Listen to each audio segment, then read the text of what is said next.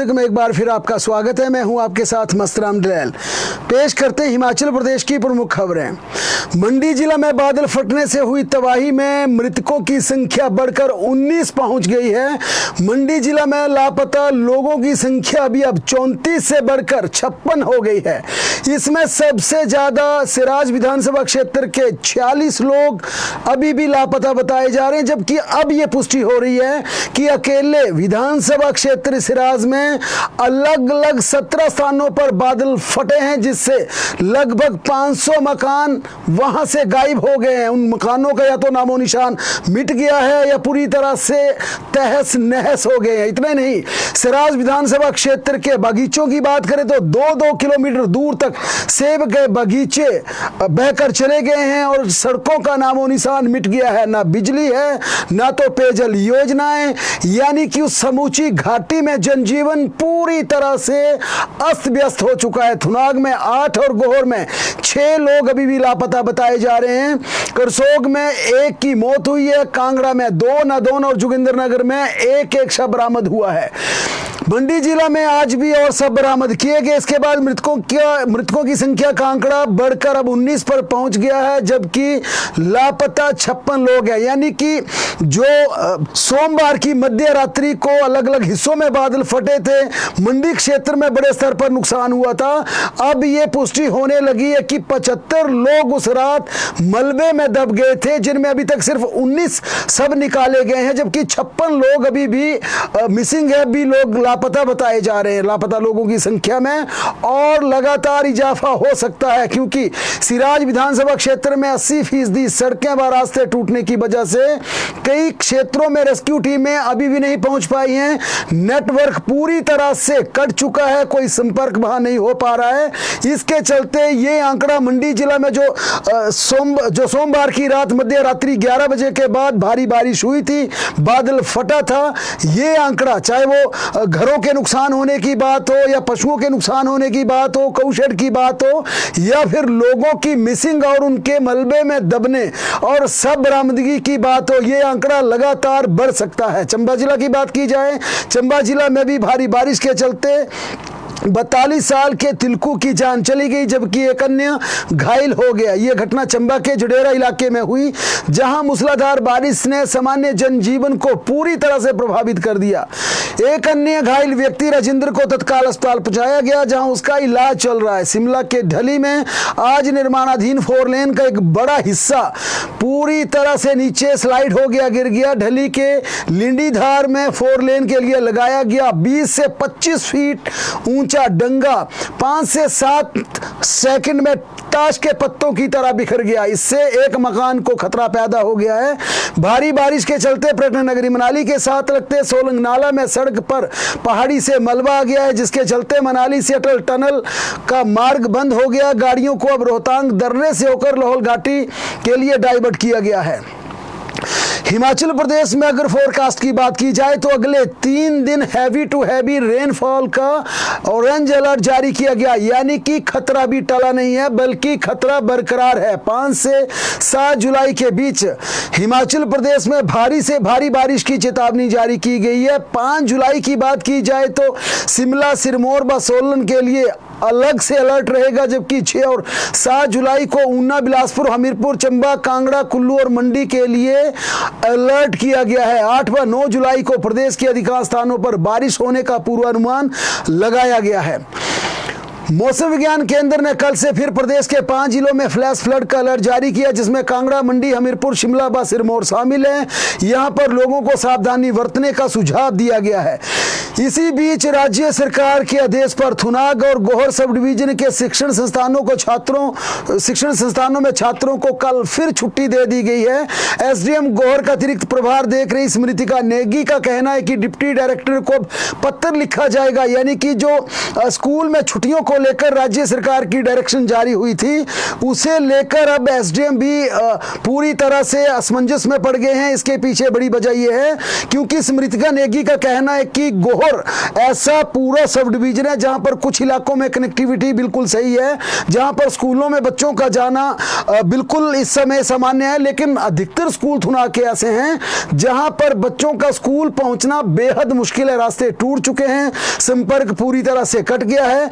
इसके चलते स्मृतिका नेगी ने कहा कि जो कि एसडीएम का अतिरिक्त कार्यभार देख रही है, उनका कहना है कि हमने डिप्टी डायरेक्टर को पत्र लिखने का फैसला लिया है और इसके चलते हम डिप्टी डायरेक्टर से रिपोर्ट मांगेंगे। डिप्टी डायरेक्टर हमें सुझाव देंगे कि किन किन स्कूलों की कनेक्टिविटी बेहतर है, किन किन स्कूलों को खोला जा सकता है। उन्होंने कहा कि अब यह बेहद मुश्किल हो गया कि पूरे सब डिवीजन के स्कूलों में बच्चों को छुट्टी दी जाए और ऐसे स्कूलों में भी पढ़ाई प्रभावित होगी जहां पर बच्चों का स्कूल पहुंचना आसान है। स्मृतिका नेगी का कहना है कि हमने कल के लिए तो स्कूलों में बच्चों को छुट्टी दे दी है, चाहे जितने भी शिक्षण संस्थान हैं, आंगनबाड़ी केंद्र हो, कॉलेज हो, ये जितने भी शिक्षण संस्थान हैं उनमें हमने कल के लिए छुट्टी डिक्लेयर कर दी है। लेकिन आगे के लिए हमने ये डायरेक्शन जारी की है कि अब हमें डिप्टी डायरेक्टर बताएंगे, शिक्षा विभाग बताएगा कि किन किन स्कूलों में पढ़ाई प्रभावित हो रही है, किन स्कूलों में स्थिति सामान्य है, कहां पर स्कूल खोले जा सकते हैं।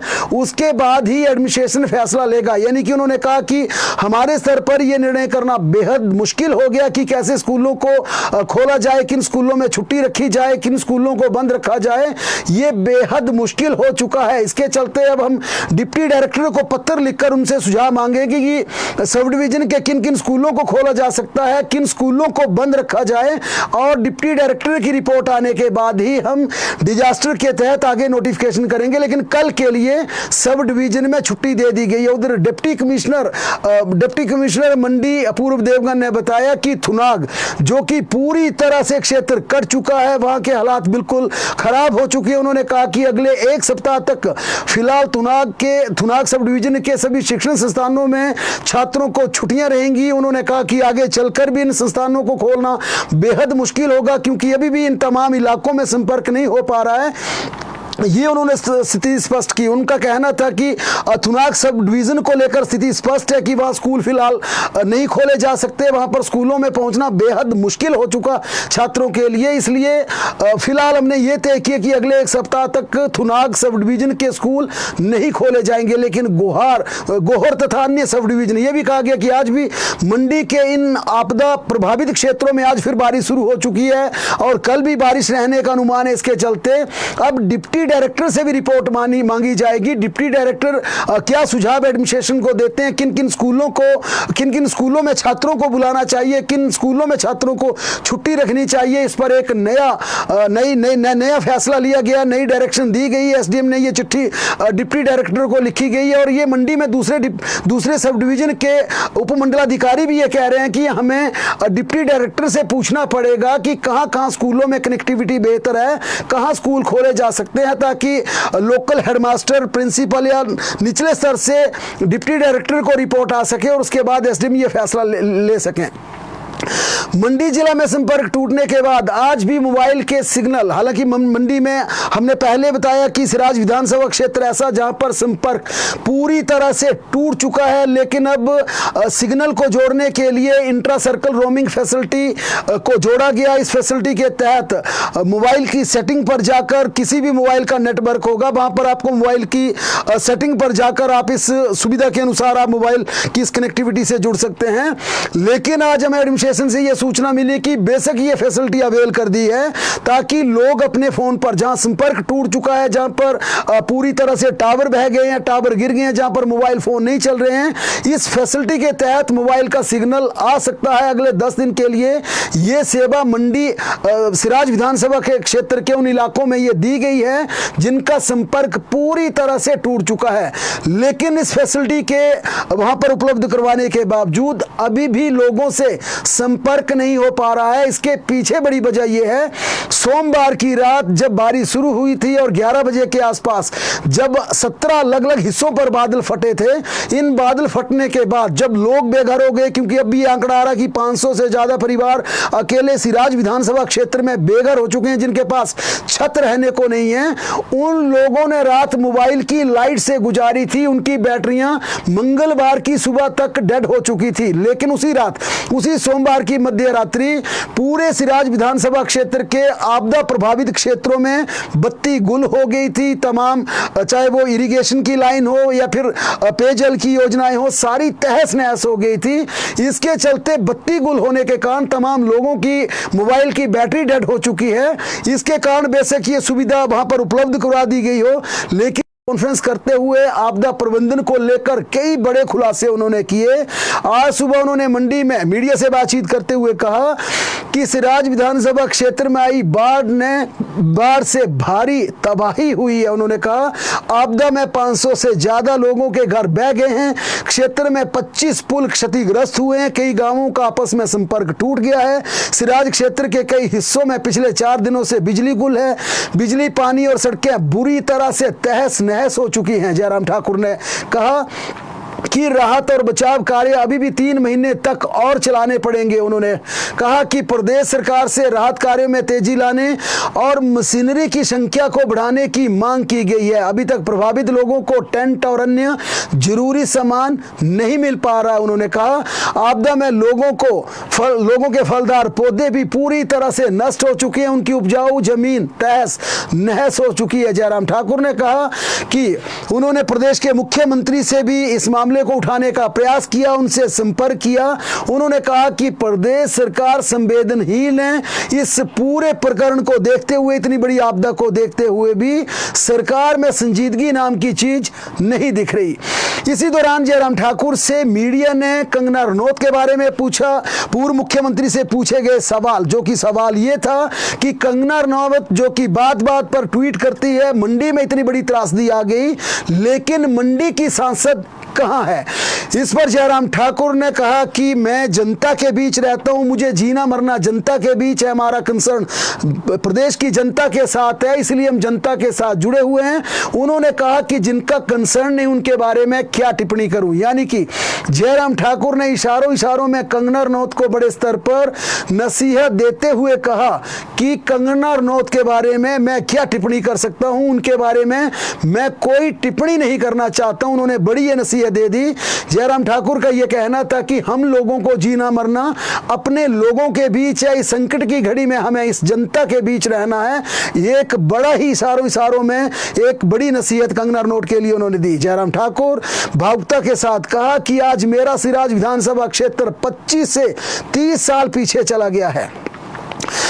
दूसरी खबरों का रुख करें तो हिमाचल प्रदेश में शून्य दाखिलों वाले 103 स्कूल बंद कर दिए जाएंगे। वहीं 10 या इससे कम छात्र संख्या वाले 443 स्कूल मर्ज होंगे। स्कूल शिक्षा निदेशालय ने 21 अप्रैल तक स्कूलों में हुए दाखिलों के आधार पर प्रस्ताव तैयार कर मंजूरी के लिए सचिवालय को भेज दिया है। 10 बच्चे वाले स्कूल 2 से 5 किलोमीटर के दायरे में आने वाले अधिक दाखिलों वाले स्कूलों में संयोजित किए जाएंगे।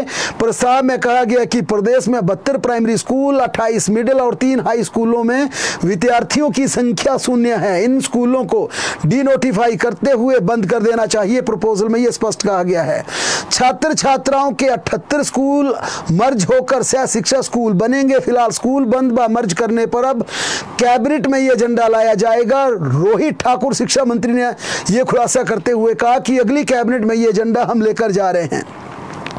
शिक्षा विभाग, सरकारी विभाग व बाहरी राज्यों में डेपुटेशन पर गए शिक्षकों के अब डेपुटेशन रद्द कर दिए जाएंगे। सरकार ने 15 दिन के भीतर प्रदेश के सभी शिक्षकों का ब्यौरा निदेशालय से तलब कर लिया है। शिक्षकों को बाबुओं के काम करने की बजाय छात्रों को पढ़ाना पड़ेगा। इसी मंशा के साथ डेपुटेशन को रद्द करने के आदेश दिए हैं और इसके लिए बाकायदा पूरी डिटेल्ड रिपोर्ट मांगी गई है। हालांकि इससे पहले भी सरकार ने ये आंकड़ा तलब किया था, लेकिन इस पर अब गंभीरता से काम करने के शिक्षा मंत्री ने आदेश जारी किए। शिक्षा मंत्री ने कहा कि शिक्षकों के डेपुटेशन रद्द करने के मामले पर कैबिनेट से भी मंजूरी ली जाएगी। राज्य सरकार ने राज्य स्तरीय शिक्षक अवार्ड को लेकर नियमों में बदलाव कर दिया। इस बार 50-50 की रेशो के आधार पर शिक्षकों को अवार्ड दिया जाएगा, यानी 50% आवेदन और 50% अवार्ड ऐसे शिक्षकों को मिलेंगे जो कभी भी अवार्ड की लालसा नहीं रखते, ना आवेदन करते हैं। सरकार ने इस बाबत स्कूल शिक्षा निदेशालय को आदेश पारित कर दिए हैं।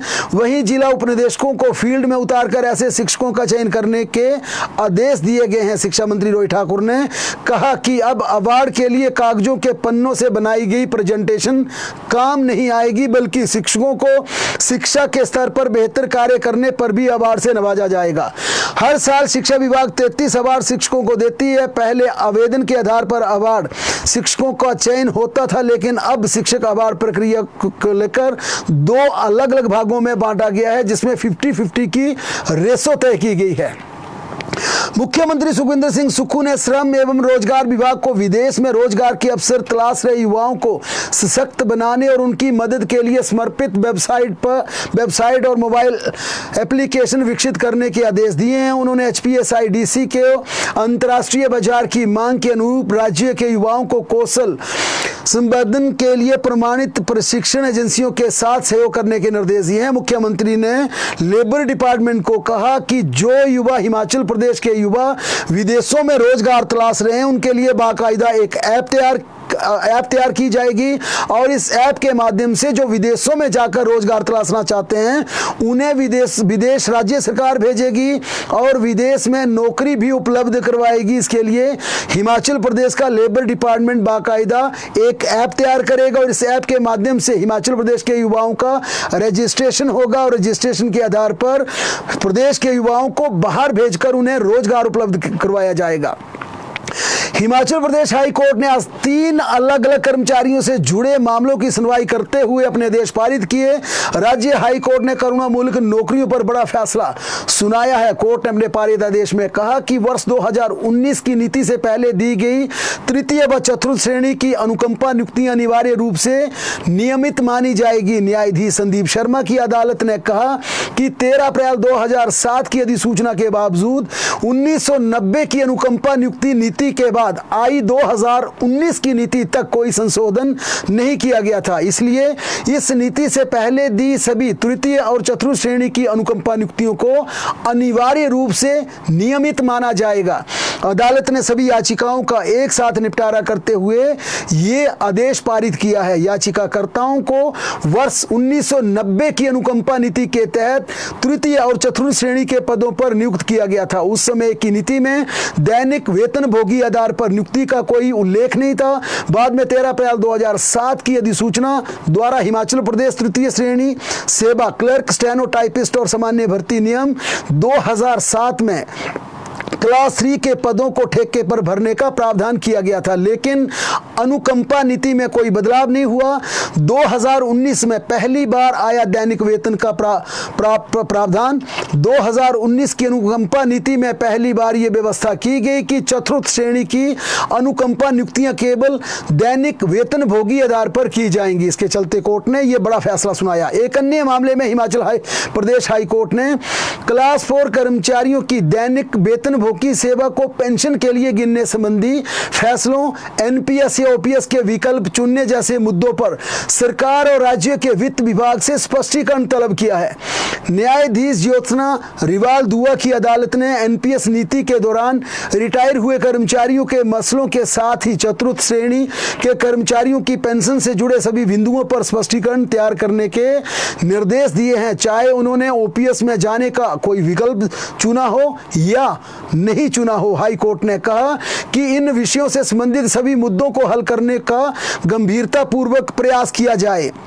सरकार की ओर से अदालत को बताया गया कि पेंशन से जुड़े विभिन्न पहलुओं को लेकर आ रही समस्याओं पर वित्त विभाग के विशेष सचिव की अध्यक्षता में DAG कार्यालय के वरिष्ठ अधिकारियों की 7 जुलाई को बैठक बुलाई गई है। कोर्ट ने निर्देशों पर चतुर्थ श्रेणी कर्मचारियों के पेंशन संबंधी मामलों में राज्य सरकार के विशेष सचिव वित्त के अलावा डिप्टी अकाउंटेंट जनरल अदालत के समक्ष पेश हुए। इस मामले की अगली सुनवाई 14 जुलाई को निर्धारित की गई है। याचिकाकर्ता की शिकायत दूर करने के लिए बार बार निर्देश देने के बाद भी कोई ठोस एक्शन नहीं लिया गया। सुनवाई के दौरान अदालत ने पाया कि सरकार और महालेखाकार कार्यालय मामले में पेश आ रही समस्याओं को लेकर एक दूसरे पर दोष मढ़ रहे हैं। इन्हीं हालातों को देखते हुए अदालत ने ये आदेश पारित किए हैं। एक अन्य तीसरे फैसले में हिमाचल प्रदेश हाई कोर्ट ने आउटसोर्स भर्तियों से जुड़े मामलों को लेकर प्रतिवादियों को जवाब दाखिल करने के लिए अंतिम मौका दिया है। न्यायाधीश गुरमीत सिंह संधवालिया और न्यायाधीश रंजन शर्मा की खंडपीठ ने इस मामले की सुनवाई को लेकर ये आदेश पारित किए। मामले की अगली सुनवाई अब 28 जुलाई को होगी। आउटसोर्स भर्तियों को लेकर वर्ष 2022 में हिमाचल प्रदेश हाई कोर्ट में एक याचिका दायर की गई थी। याचिका में आउटसोर्स भर्तियों को लेकर सवाल उठाए गए थे। इस पर हाई कोर्ट ने संज्ञान लेते हुए भर्तियों पर रोक लगा दी थी। हिमाचल प्रदेश हाई कोर्ट के अंतरिम आदेश के खिलाफ राज्य सरकार इस मामले में सुप्रीम कोर्ट गई थी। सर्वोच्च न्यायालय से फिलहाल प्रदेश सरकार को राहत मिली है, लेकिन अब इस मामले की सुनवाई करते हुए हिमाचल प्रदेश हाई कोर्ट ने एक और अवसर इसमें रखने का मौका दिया है। भारतीय जनता पार्टी के राष्ट्रीय अध्यक्ष जेपी नड्डा के पिता डॉक्टर नारायण लाल नड्डा ने आज अपना 100वां जन्मदिवस मनाया। इस अवसर पर केंद्र और प्रदेश सरकार के कई भाजपा नेताओं ने शुभकामनाएं देने के लिए विजयपुर नड्डा निवास पहुंचे। ऊना की एसबीआई की एक शाखा में काम करने वाली 2 महिला कर्मचारियों के साथ छेड़छाड़ का मामला सामने आया। आरोपी बैंक के ही सर्विस मैनेजर पर आरोप लगा रही है, जिसमें छेड़छाड़ करने और यौन शोषण करने जैसे गंभीर आरोप शामिल है। इस मामले को लेकर महिला कर्मचारियों ने सर्विस मैनेजर की करतूत का वीडियो भी कैमरे में कैद किया। शिकायत के साथ ही वीडियो को भी पुलिस के हवाले कर दिया गया।